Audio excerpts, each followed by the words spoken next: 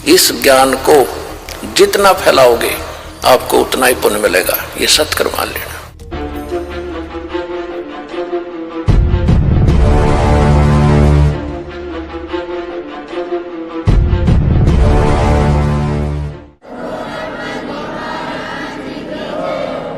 तो पुण्यात्माओं, कहने का भाव ये है कि जब तक ये पूरे विश्व में एक रस नहीं होगा तब तक थोड़ा सा विरोध बना रहेगा, और उसमें आपने घना सावधान रहना पड़ेगा कि आपका नाम खंडित ना हो। वैल्यू है, कहते हैं परमात्मा कहते हैं, जैसे माता गर्भ को रखे यतन बनाए और ठेस लगे तो छन हो तेरी, ऐसे भक्ति जाए। अब भक्ति का मिलना यह बड़ी कठिन, और मिलने के बाद फिर वो उसको सुरक्षित रखना वो एक बहुत बड़ी बात है। जब तक परिपक्व नहीं हुई तो फिर फायदा क्या उसका। तो इतना सावधानी आपने बरतनी पड़ेगी। जैसे कोई माता बच्चे को गर्भ में आते ही वो कितनी सतर्क हो जाती है, खान पीन में संयम बरतती है, पैर ऊंचा नीचा ना टिक जा कि बच्चे का झटका लग जा, रात को करवट ले भी गलती से ले लेती है तो तुरंत सतर्क होती है, और कहीं मेरे बच्चे का दाब ना लगी हो और खराब ना हो जाए मेरा गर्भ, वो कितनी चिंतित रहती है। तो आप जी ने इस भक्ति का जो लाल है इतनी सावधानी से परिपक्व करना पड़ेगा, तब आपको सफलता होगी। इसमें फाउल पॉइंट हैं, आन उपासना नहीं करनी, संसारिक व्यवहार के जो भी कार्य हैं जो भक्ति परमात्मा की मर्यादा को भंग करते हैं वो नहीं करने, और फिर आप सफल हो जाओगे। तो अभी थोड़ी सी कठिनाई आपको चल रही है, घर घर में विरोध चल रहा है। पति ने नाम ले लिया, पत्नी नहीं मानती, मैं तो सारी पूजा करूंगी, तो कैसे ऐसा क्या कर रहा है। पत्नी ने ले लिया तो पति दुखी करता है। तो धीरे धीरे ज्ञान से क्या होगा, ये ज्ञान ऐसा है कि आप घर पे चलाओगे और बच्चों पर भी असर करेगा। ना सुनेंगे तो भी कक्ष में सोए हुए व्यक्तियों पर भी ये वाणी असर करेगी, जैसे गारुड़ का मंत्र अचेत हुए उस सर्प के डसे हुए व्यक्ति पर जो सुन भी नहीं रहा, समझ भी नहीं रहा, और उसके ऊपर भी वो मंत्र बोल बोल कर उसके विष को उतार कर सचेत कर देता है। और ये तो परमात्मा की वाणी सब सिद्ध है। ये तो अपने पशु पक्षियों के ऊपर भी ये वाणी जा रही है, उनको भी, उनके भी पाप डाउन हो रहे हैं। ठीक है, उनके पाप गणे हैं इसलिए पशु योनि मिली, तो वो पाप घटते रहेंगे। यदि किसी का कपड़ा ज़्यादा खराब हो गया है, मैल हो गया है, तो वो कई बार साबुन लगाने से स्वच्छ होगा, उज्जवल हो जाएगा, और जिसका थोड़ा मैला है एक दो बार साबुन लगाने से उज्जवल हो जाता है। तो ये साबुन है, परमात्मा का जो ज्ञान है, सत्संग है, वचन है, ये साबुन और जल दोनों का काम करता है। तो धीरे धीरे ये सत्संग जिस घर में चल रहा है पड़ोसियों तक भी असर होगा आपका, और आपके घर के पशु पक्षियों पर भी इसका प्रभाव पड़ेगा। आपके घर कोई पशु पक्षी भी रह रहा है उसके ऊपर भी धीरे धीरे उसके अंदर ये वाणी का जो ज्ञान यज्ञ का पुण्य उसमें संग्रहित होगा, और कुछ ऐसे पाप हैं जो ज्ञान यज्ञ से ही खत्म होते और उसका विकल्प ही नहीं है।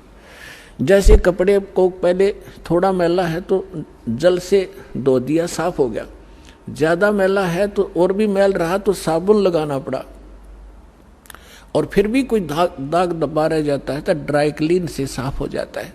तो इसी प्रकार ये सभी क्रियाएं हमें अपने अंतःकरण, अपने जीव के ऊपर, आत्मा के ऊपर जो मैल जमा हो गए, उन सभी पापों का नाश करने के लिए ये सारे ही साधन अपनाने पड़ेंगे, मंत्र के जाप भी करने पड़ेंगे, पांचों यज्ञ भी आपने करनी पड़ेंगी, और तब जा करके आपकी भक्ति सफल होगी। तो इसमें फाउल पॉइंट दास आपको बता रहा है कि ये भ्रमित ना होना। ऐसे कोई व्यक्ति आपके साथ डिस्कस भी करे तो उसको समझाना कि देखो, पहले तो जब हम डॉक्टर के पास जाते हैं तो डॉक्टर की औषधि में हम स्वयं ही विवेचन करते और सच्चाई से अपने अनुयायियों को भी परिचित होने दें, इनका भी कल्याण हो जाएगा, समय आ गया, ये तो होगा ही होगा, ये कह देंगे तो इनका जो है बड़ी शाबाशी होगी, इनकी इज्जत रह जाएगी। और नहीं तो चलिए तो यहाँ आवेंगे फिर ये अकेले बैठे रहेंगे वहाँ पर, रोए जाइए अपने कर्माने।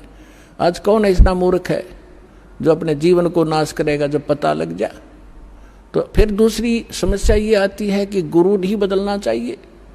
कोई बात हुई या एक डॉक्टर से इलाज नहीं होता तो 100 बदलने चाहिए अपनी जान बचाने के लिए। और कबीर साहब कहते हैं जब लग गुरु मिले नी साचा तब लग गुरु करो 10 पांचा। और झूठे गुरु के पक्ष को तज ना लावे वार और द्वार ना पावे शब्द का वो भटके वार का वार। और इतना शीघ्र बदल देना चाहिए गुरु को। कबीर साहब कहते हैं कि डूबे थे पर उबरे गुरु के ज्ञान चमक और बेहरा देखा जरजरा उत्तर चले फड़क। पहले बेड़े होया करते थे, फ्लोटिंग लकड़ियों का एक बेड़ा बना लिया। अभी तो नौका तो बहुत बाद में चली है। पहले बेड़ा होया करता था, उसके ऊपर बैठ कर दरिया को पार करके अपना कोई काम करने जाते थे। उन बेड़े के ऊपर बैठ के जाया करते, तो वो बेड़े कई बार गल जाते थे, कंडम हो जाते थे।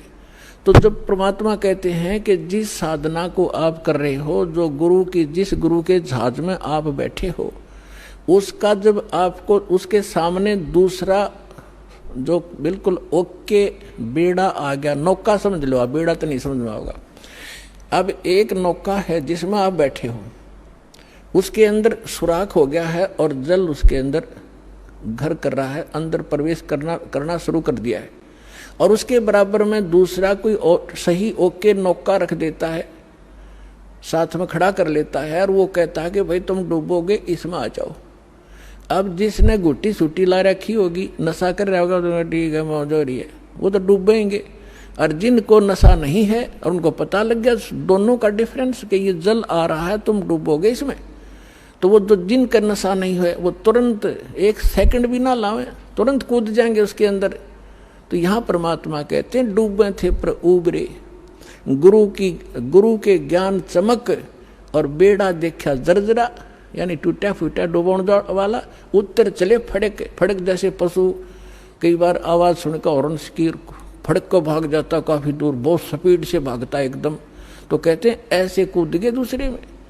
तो परमात्मा कहते हैं झूठे गुरु के पक्ष को तजत ना लावे वार, 1 सेकंड के अंदर बदल लेना चाहिए। और पुण्यात्माओं, आज इस विश्व में कोई गुरु नहीं है इस दास के अतिरिक्त। सतगुरु की तो बहुत दूर की बातें हैं, वो गुरु भी नहीं है।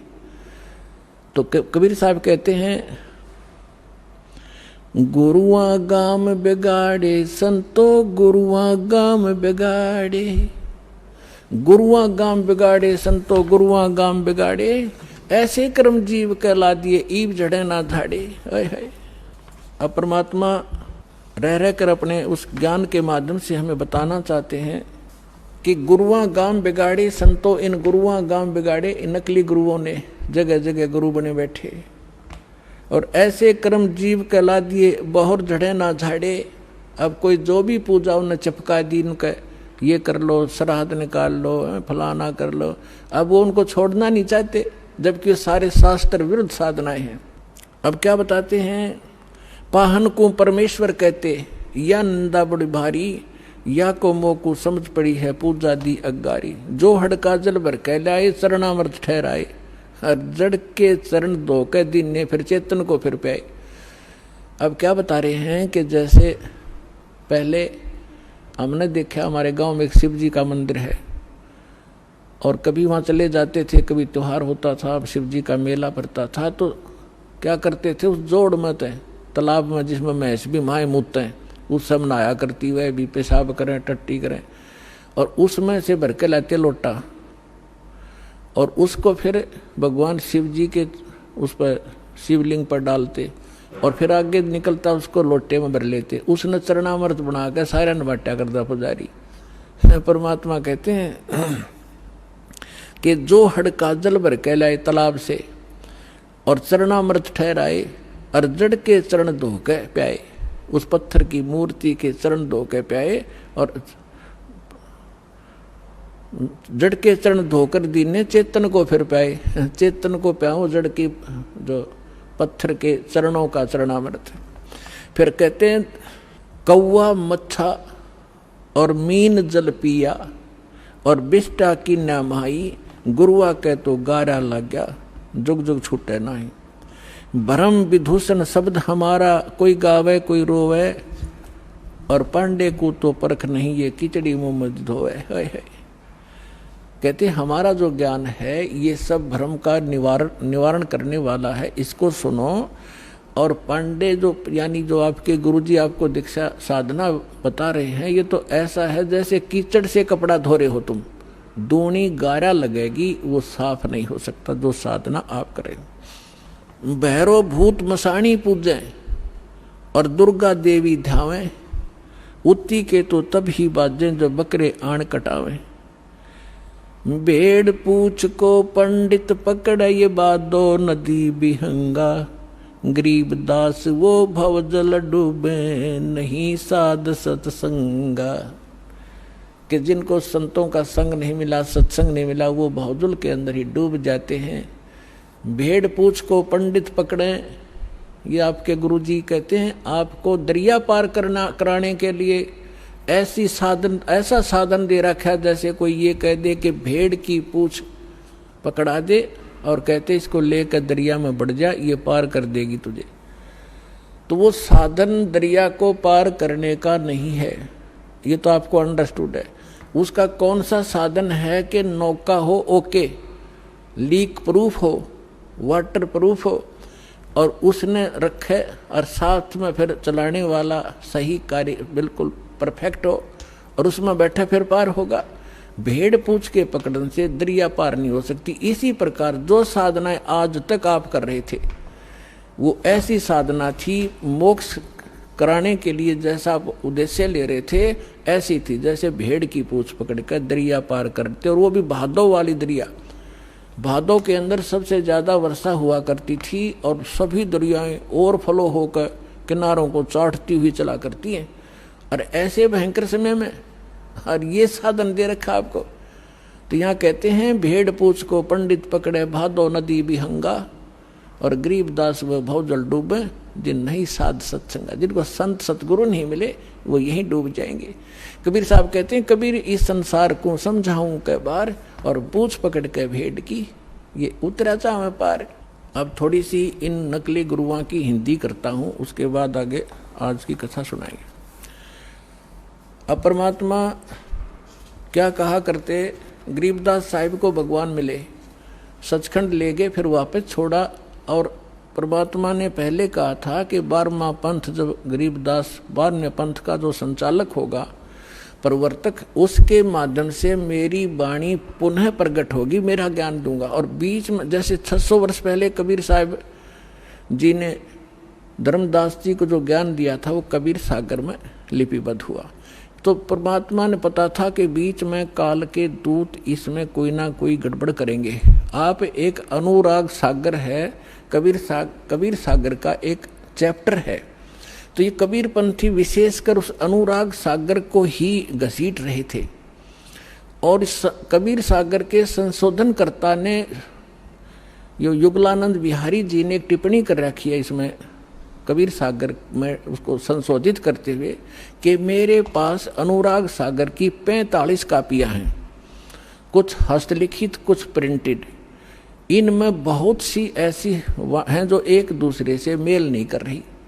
तो इसका क्या मतलब है कि जिसने जैसी भी उचित समझा, अब जिस भी संत ने, जो नकली संत थे काल के दूत, जिन्होंने वो समझ में वाणी नहीं आई वो काट दी, अपने अनुकूल जो वो बकवाद करा करता हुआ लिख दी और उसको आगे प्रिंट हो गया।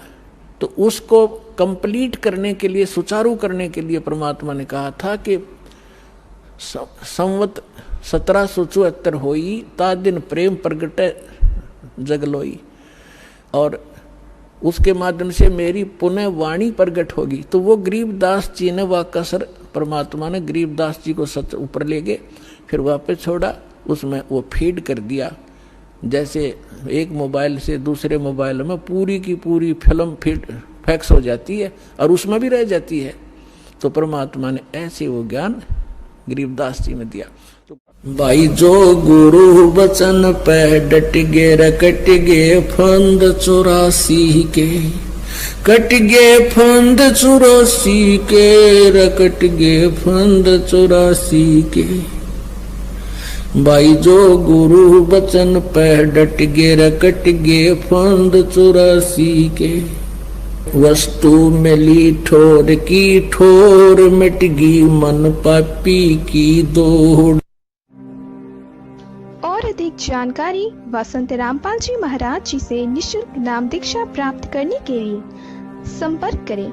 हमारे संपर्क सूत्र हैं 8222880541 8222880542। आप नीचे स्क्रीन पर दिए गए हमारे अन्य नंबरों पर भी संपर्क कर सकते हैं। विजिट करें हमारी वेबसाइट पर। हमारी वेबसाइट है www.jagatgururampalji.org।